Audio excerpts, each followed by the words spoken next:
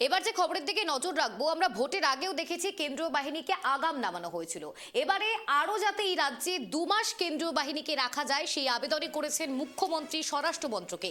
এই মুহূর্তে যে খবরের দিকে আমরা নজর রাখছি, রাজ্যে আরো 2 মাস কেন্দ্রীয় বাহিনীকে রাখার আবেদন, কেন্দ্রীয় স্বরাষ্ট্রমন্ত্রকে আবেদন জানালেন শুভেন্দু অধিকারী। এই মুহূর্তে আমরা দেখেছি ভোটের আগ মুহূর্তেও যখন কেন্দ্রীয় বাহিনীকে আগাম নামানো হয়েছিল যাতে করে কোনো রকম অপ্রীতিকর ঘটনা না ঘটে, এবং তার পাশাপাশি এবারে যখন ভোট শেষ হয়ে গিয়েছে সেই ভোট শেষ হয়ে যাবার পরেও আরো 2 মাস যাতে কেন্দ্রীয় বাহিনীকে পরিস্থিতি আরো হাতের মুঠোয় আনার ক্ষেত্রে তাদেরকে অত্যন্ত প্রয়োজন, সেই কারণেই আবারও আবেদন জানানো হয়েছে। শুভেন্দু অধিকারী আবেদন জানিয়েছেন স্বরাষ্ট্রমন্ত্রকে। এই মুহূর্তে আমাদের সঙ্গে টেলিফোন লাইনে রয়েছে আমাদের বিশেষ প্রতিনিধি সত্যজিৎ পাল। সত্যজিৎ, আমরা দেখেছি ভোটের আগ মুহূর্তেও অর্থাৎ সেখানে কেন্দ্রীয় বাহিনীকে নামানো হয়েছিল বাংলায় যাতে অশান্তি রোখা যায়। এবারে রাজ্যে আরো 2 মাস, ভোট শেষ হয়ে গিয়েছে, সেখানে পরিবর্তন চলে এসেছে, সে ভোটের পরেও 2 মাস আরো কেন্দ্রীয় বাহিনীকে রাখার আবেদন জানালেন মুখ্যমন্ত্রী। ঠিক কি কারণে? দেখো, প্রথমত পশ্চিমবঙ্গের নির্বাচন মানেই নির্বাচন আগে যেমন হিংসা হয় ঠিক তেমন নির্বাচন পরেও হিংসার ছবি কিন্তু বারবার ফুটে ওঠে, এবং যার ফলে বহু মানুষ কিন্তু ক্ষতিগ্রস্ত হন, আক্রান্ত হন। কিন্তু এবার নির্বাচনে কিন্তু একটা নজির সৃষ্টি হয়েছে জাতীয় নির্বাচন কমিশন। প্রথমত 7 দফার পরিবর্তে 2 দফার নির্বাচন করেছে, ফলে মানুষকে কিন্তু যথেষ্ট নিরাপত্তা দিতে সমর্থ হয়েছে।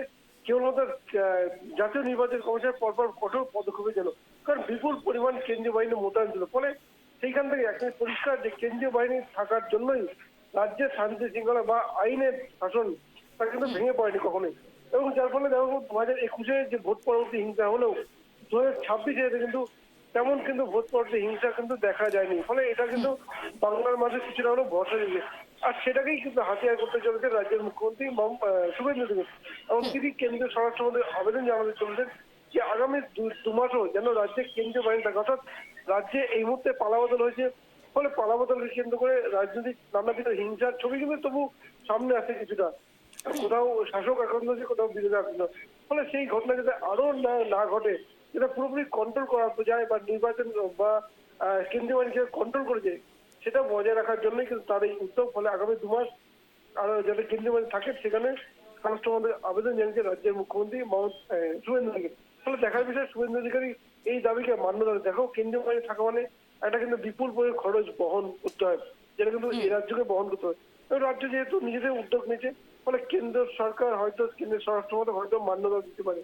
এখন দেখার বিষয়ে আবেদন জানানো হয়েছে, স্বরাষ্ট্রমন্ত্রী কি পদক্ষেপ নেয় সেটা এখন দেখা।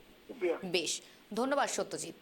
যে খবরের দিকে আমরা নজর রাখছি, ভোটে যাতে কোনো প্রকার হিংসা, কোনো হানাহানি যাতে না হয় সে কারণে আমরা দেখেছিলাম প্রচুর কেন্দ্রীয় বাহিনী নামানো হয়েছিল পশ্চিম বাংলায় বা বঙ্গে ভোটের জন্য। কিন্তু ভোটের যে তকমা বা যে ঐতিহ্য মেনটেন করে চলে আসছে প্রতি বিধানসভায় হোক বা লোকসভা নির্বাচন, ভোটের আগে একটি হিংসা এবং ভোট পরবর্তী হিংসা, সেক্ষেত্রে দাঁড়িয়ে ভোট যেহেতু অবাধ এবং শান্তিপূর্ণভাবে মোটের ওপর হয়েছে, সেখান থেকে দাঁড়িয়ে যাতে ভোট পরবর্তী হিংসা একেবারে রোখা যায় সেই সমস্ত বিষয়কে পাথেয় করে, সমস্ত বিষয়কে মাথায় রেখেই মুখ্যমন্ত্রী শুভেন্দু অধিকারী তিনি আবেদন করেছেন স্বরাষ্ট্রমন্ত্রক। এখন দেখার বিষয় ঠিক 2 মাস কেন্দ্রীয় বাহিনী এই বঙ্গে থাকতে পারে কিনা বা সেই অনুমোদন দেয় কিনা স্বরাষ্ট্রমন্ত্রক।